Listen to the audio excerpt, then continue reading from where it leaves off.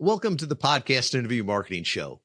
Today, to start the year, we're pulling back the curtain to talk about what's shaping marketing in 2025 and how you can stay ahead of the curve. I'll be sitting down with Tiffany Meenk, our brilliant marketing manager here at Interview Valet. Tiffany has her finger on the pulse of the big trends, and we're going to dive into game-changing topics like the rise of AI, the shift from the attention economy to the trust economy, and why collaborative content like podcasts is the cornerstone of marketing. If you've been wondering how to adapt your marketing strategy to thrive in this fast-changing landscape, this episode is for you.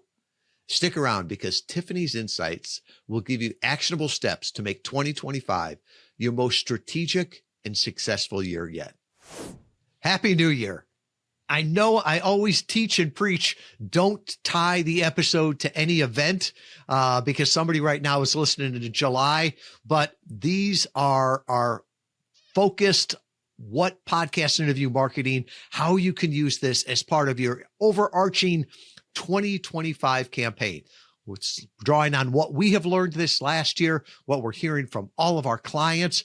And here to share it with me is Tiffany Meenk, our marketing manager, who's got her finger on the pulse. And we're going to pull behind the curtain here to show you some of the things that we're doing this year. Yeah, thanks, Tom. Happy to be here. Excited to talk about this. We always joke, you and I can talk marketing all day. We've seen a lot of big changes this year. And so I'm excited for what that means for future predictions going into 2025 and how people can leverage, what's happening right now and the market trends to really lean into that, embrace it, and have an amazing year.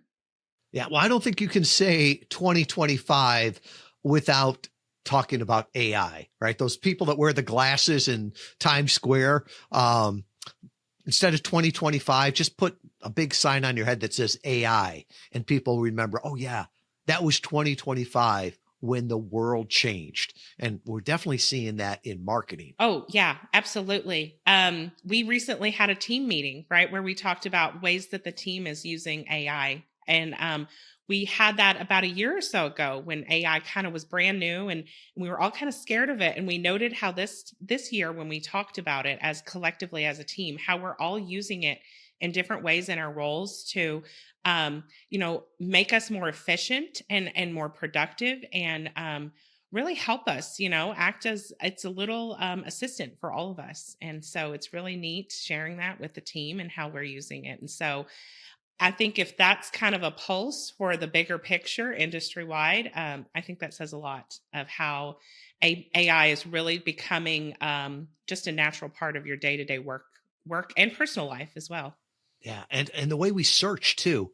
I've heard this from more and more people and clients and even thought leaders where they're saying that ChatGPT or Perplexity, whatever one you're using, that will be the number one search by 2026, right? We're already seeing this. I saw a study that came out, I think it was Neil Patel put it out, where 5% of all searches right now are done by ChatGPT, and that's growing faster than any other one. And so I put a poll out on LinkedIn, right? Non-scientific, just my friends, people that follow me there.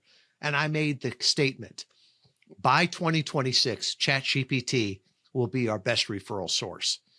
And Tiffany, I was blown away by it. Only 5% of the people disagreed with me. Of that, 70% of the people said, yep, that's definite. And the other one said, maybe. And that's scary, right? So if you built your business around SEO, about being first on Google or even pay-per-click, right? The world is changing and it's changing quickly. Yeah, absolutely. And I'm sure people had these same hesitations when Google came out, right? It shifted how people found information, how you searched for things. I mean, everything. It was very different. And I think we're seeing that shift again. Like you said, I mean, it's becoming the thing of That's what you go to. You go to ask ChatGPT something over Google because it's giving you more of the answer of what you're looking for when you're researching something, right? And it's pulling from all this information within its database. And here we are. I'm dating this. We're talking at the end of the year, end of 2024, beginning of 2025. And even when you go to Google and search something, the first thing they're showing you is the AI, then the paid ads, and then SEO is bottom. So even if you spent the last 20 years trying to get to number one on SEO, you're at the bottom of the page. And that's only going to keep changing. And you mentioned, it reminds me of past times. I was talking to a gentleman, he's in YPO over in Chicago. And he did the analogy of that of, say, 20, 25 years ago when the yellow pages was going away. There were certain people that, had built their whole business up. They had a full page ad in the yellow pages. That's where they got it, their leads from. Now that sounds comical today, but that was how people looked things up, right? And so as the yellow pages started to die, right, you had to ramp up your online presence. And so it's the same way here. What was scary about that, though, is as we're ramping one down and ramp the other one up, he said, what if it happens before 2026? And I said, well, what do you mean? He's like, what if it happens faster? What if it happens by this summer? And I've already, I get most of my business from SEO or pay-per-click. He said, as a business to business, our sales cycle is longer. He said, for me to build a new channel is going to take more than 1 or 2 quarters. So he's really looking now and saying, I know this is what the future is going to look like. I've got to figure out another channel to get my leads from, or how to make sure that ChatGPT is that channel for me. Yeah, absolutely. And it is terrifying. And that's why I think the longer people are resistant to it, it's only going to put them behind the curve. I think the Yellow Pages example perfectly illustrates this, right? When everything moved to online, and now people are like, I have to build up this whole new, I have to build my brand again, right? I have to have a presence online because that's how people are searching and finding businesses, whatever they're seeking out. And now it's the same thing here. Now, and I know we've had lots of conversations, and I know you've talked with lots of people in the industry, right? Not just this isn't our opinion, but within the AI space, people who are the front runners of developing and implementing these things. What are some good feelers out there that you've seen of how to establish that presence, right? You're starting from the ground up of how are you building a brand within the LMO models? And language machine optimization, LMO. It's funny that we have to say what it is. It's like you don't have to say what SEO is, but it's interesting, right? On SEO, we could always say, well, somebody from the inside leaked this. Well, with the large language models, they're not leaking anything, right? We're really trying to figure out how this machine is working. And my hat's off to HubSpot. They're always at the leading edge of things. And we worked with them on their Agent AI launch. And one of the things that they shared is they believe that getting found on ChatGPT or any of these large language models is based on 2 things. The first one is share of voice, right? So how much are they talking about you compared to your competitor? The second one is sentiment, right? Is it positive, neutral, or negative? Because if there's a lot being talked about and it's all negative, ChatGPT will tell people about that. So you want to make sure that what's out there is positive. And the other thing that they believed was that collaborative content is valued more than just sole content. And let me give you an example, right? It's one thing if I write a blog, right? Or I do a face-to-camera video. It's my opinion. But if I'm on a podcast, if I'm on YouTube, if I'm on an interview, a webinar, Now it's got this content, and it's like, it knows that it's real because we're not talking in perfect sentences. They can see who the other person is, and through facial recognition, all the rest of that, you get the authority from that, right? So it taps into that audience. And these people that are saying, well, do you have to get the transcript? No, right? Thinking of keywords and transcripts and, H1 tags, man, that was like Y2K. Today, as scary as it is, they're listening to everything, right? Heck, we record this, right? I hope that they don't listen to it live or all those Zoom recordings we have, but it's funny, you think about it in your personal experience. Talk about something crazy at the dinner table today, and the next day you're going to get advertisements for miniature donkeys because you talked about them the day before at the dinner table and they're just listening. So I think whatever you can do to proactively put that content in there is going to help you. And that was my opinion. That was a lot of people's opinion up till about the end of November in 2024. And I don't know, ChatGPT makes so many changes continually.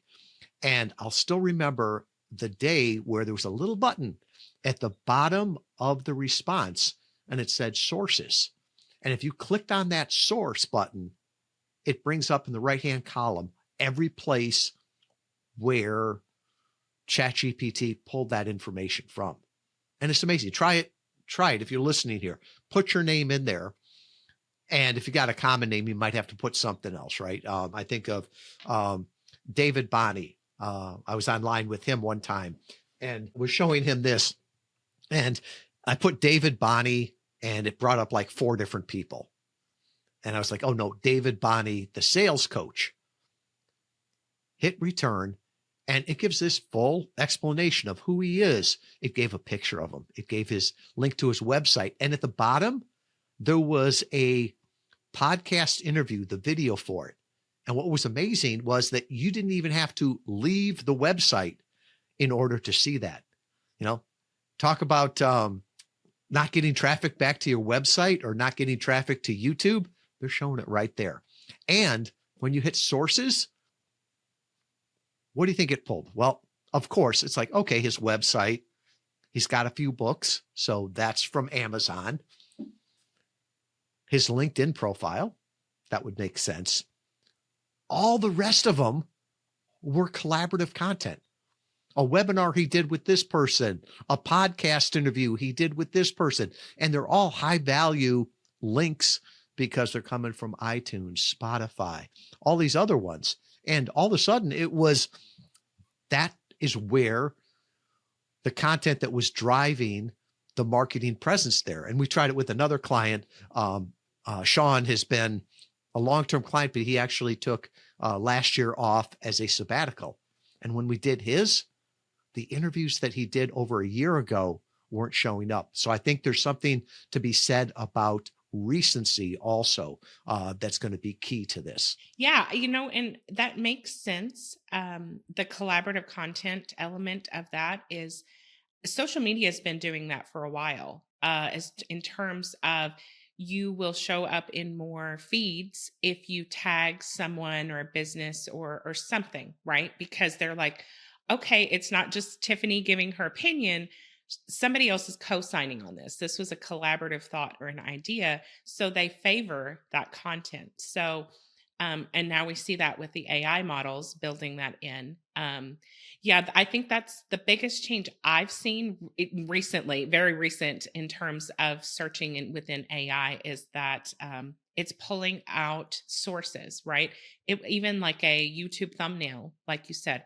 So it's almost moving to what a traditional Google search would look like and how it pulls up different resources. It's pulling that there as well. But like you said, favoring the content that was done through collaboration with someone else because you have that cosign there. Also, like you said, the couple that we tested, I tested some on my end as well. And yeah, the same thing. Their podcast interviews were favored in there because it's like Tiffany was on this podcast, right? Someone else, extended their trust in her that she can share something valuable or important. So they favor that. Um, and I think that's really interesting and good news for the podcasting industry, across the board. Well, yeah. And I think it's good for marketers, right? Because it's not how much attention can you buy, but it's how much attention can you earn? How much trust can you earn? And Tiffany, you had said something in there about like repurposing it and putting it on social media. If there's one thing that we saw in 2024 with the election and however you view that, was that podcasts had a huge impact on that, right? And I think of Joe Rogan. I heard somebody say, one of the big networks, that Joe Rogan is heard by 110 million people. Does that sound high to you? It's a big number. Yeah. I was going to say, when I heard that, I'm like, 1 out of 3 people in the United States listens to Joe Rogan.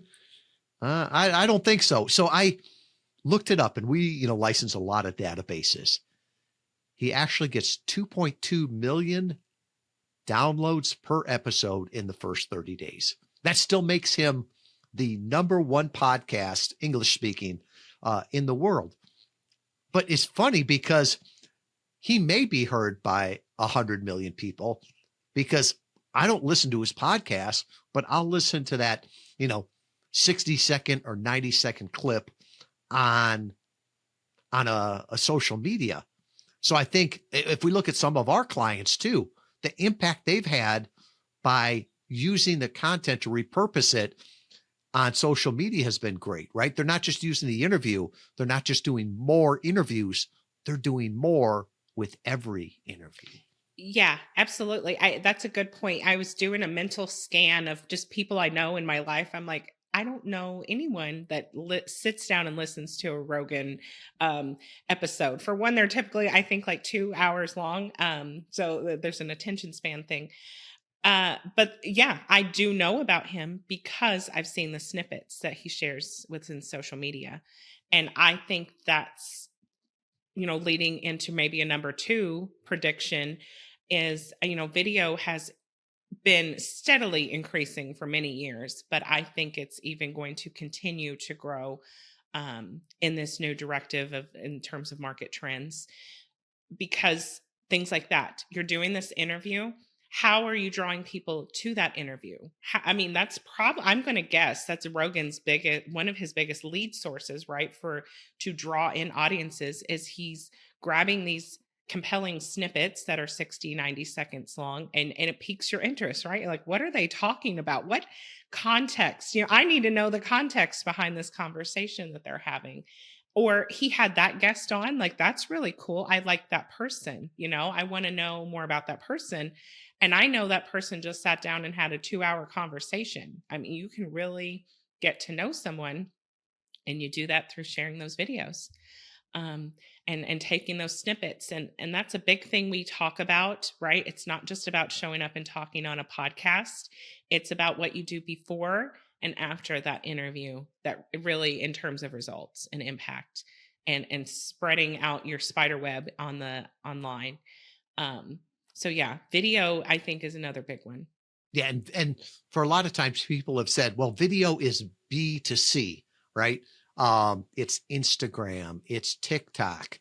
2025, the LinkedIn version is going to be out of beta. In 2024, they started to use more video, and you can see it on your feed now. You'll get a lot more videos. You'll get more engagement. You'll get more promotion when you use videos. And I had heard it probably Q3 that they were beta testing the LinkedIn version of TikTok, if you will. And I think we're seeing that now. It's rolling out. They know that people love video, and they're not on LinkedIn, not doing dances and challenges and stuff. They're using clips from TED Talks, face to camera videos, and podcast interviews. I mean, people love those little snippets. Yeah, they love them. I mean, we've known for several years, I mean, long before AI even, that video on social media is a major hit. I think at one point, I don't know if this is still true, Facebook actually hosted more videos than YouTube a few years ago, like as far as video views and things, because that's where people were hanging out. So they want to see videos there. And in terms of the platform, they know people want video, so they're embracing it. Like LinkedIn is rolling out a Reels TikTok style feed because they know that's what people want, and so they're going to embrace it to keep users happy and happy and on their site longer. It's a win-win for both parties. Um, and then with that, I mean, again, those snippets, we have even adjusted in terms of the services that we provide for our clients and what that's going to look like in 2025. According to social media and consumer trends, we're moving away from the audiogram style videos because we know those aren't as capturing as they once were in people's feeds. If you think of someone scrolling through their LinkedIn or Facebook, whatever, um, it doesn't grab people's attention like video is, because I think we're all hungry. We've had enough of of the digital, the graphic design looking style, and we want that human interaction. We, like you said, going back to, is it AI? We kind of are um, skeptical of everything we see and hear now. But if you see that's a video, you're like, okay, that's a real person sharing real thoughts in real time. It's not manufactured, and they want to see that. They want that human authenticity. Yeah. Have you and if you're not familiar with an audiogram, you'll remember and go, "Oh yeah, I remember those." So it's basically an image behind it, right? And then you've got what looks like a waveform, like somebody talking. It's the idea of how can we turn in a audio piece into a video piece. And when they first came out, it was like, "Oh, that is so great." And now you look at it, it looks like it's like Y2K. And the other thing that you said there is the trust, right? I can think of a big podcaster out there that his downloads are down probably 90% from the peak, right? And still, every podcast interview has an audiogram, right? It's the podcast logo with a clip. And from scrolling through, everyone looks the same. So there's no reason to stop anymore.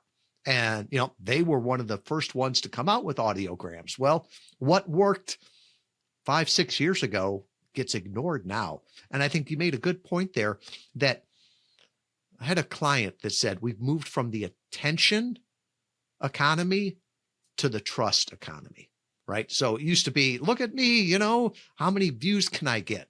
And now it's sort of, that's getting to be a joke, right? You could always buy attention, but you've got to earn trust. And that's why I think a lot of people are like, there's a lot of big name gurus that have 1 million followers and aren't monetizing. And then you've got somebody that you've never heard of before that has a small group that trusts the heck out of them and they're monetizing. So I think as people are looking at their marketing in 2025, it used to be you were optimizing for activity, right? Activity and attention. How many Facebook likes did I get? Every day I get 5 emails and probably 5 LinkedIn messages. Hey, we can get you more leads. And everybody's getting the same ones. And they're all lousy leads. And, I'm hearing from more and more people, it's like, I don't want to have to do 20 sales development rep calls in order to have one client, right? I'm not optimizing for leads. I'm optimizing for profits. And those come from happy customers that value what we do. So I think you're spot on there that we're going to trust, not just attention. Yeah, absolutely. You're seeing videos now. You're looking at the mouth, like, is that real? We're getting attuned to that.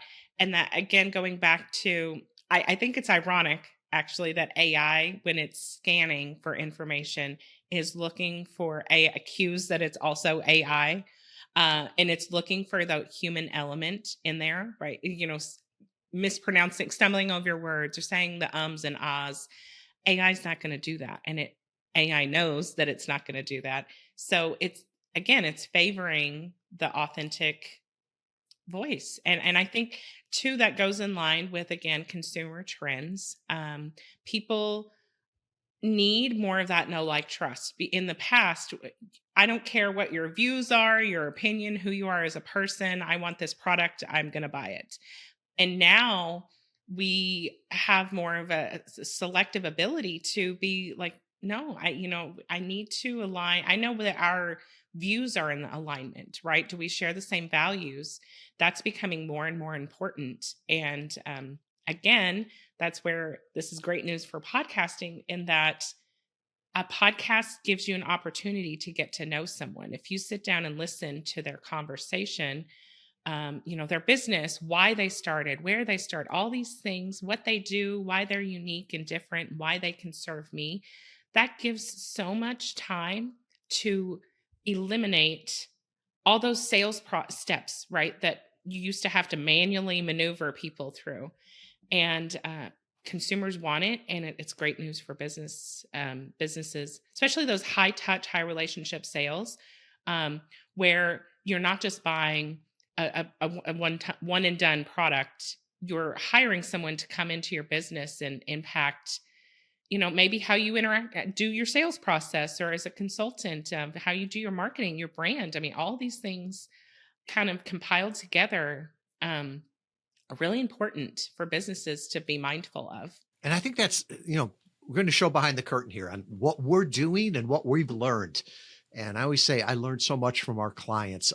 One of them, I don't have permission to say his name, so I'm not going to share it. People would know him if they heard it. He made an observation that we're moving from a world of abundance to a world of efficiency. And his point is that, think about it, 2021, right? Wasn't that long ago, but man, the workforce was abundant, right? There was lots of warm bodies out there. Money was cheap. It was almost free, right? So you could just throw money at everything. Try a little bit of this, try a little bit of that. So everything was abundant. Well, go forward 5 years, right? Trying to find great people, that's a challenge, right? Trying to get money, right, to invest in your business, you better be bootstrapping, right? Because money has gotten to be so scarce and so expensive. So people are saying, how can I be more efficient? And that's where they're starting to think very, very strategically, instead of just, I'm going to do 20 different marketing things. I won't measure any of them, but if one of them hit, I'll hit my number. No, they're trying to be very strategic, right? Everyone has got to support the other. People, I've heard somebody say they're going to take Warren Buffett's advice for investing and apply it to marketing, right? And Warren Buffett will say, if he doesn't understand something, he's not going to invest in it. And the same way, a person said, I don't understand how the SEO algorithm is working. I haven't for 20 years, but I keep throwing money at it. If I don't understand it, I'm not investing in it. He's like, I understand if I talk to the right people, if I get introduced to them, that I can grow my business. That's a great point you make there, right? It's about leaning into the things that are working for you and avoiding the things that aren't. We are in a world of abundance. You can get anything at any time, kind of environment, right? I can Google anything. I have the world at my fingertips, but that it doesn't help you if it's not driving, you toward your goals. So you want to be more efficient. What does your clients think? What do they want? What do they need to hear from you?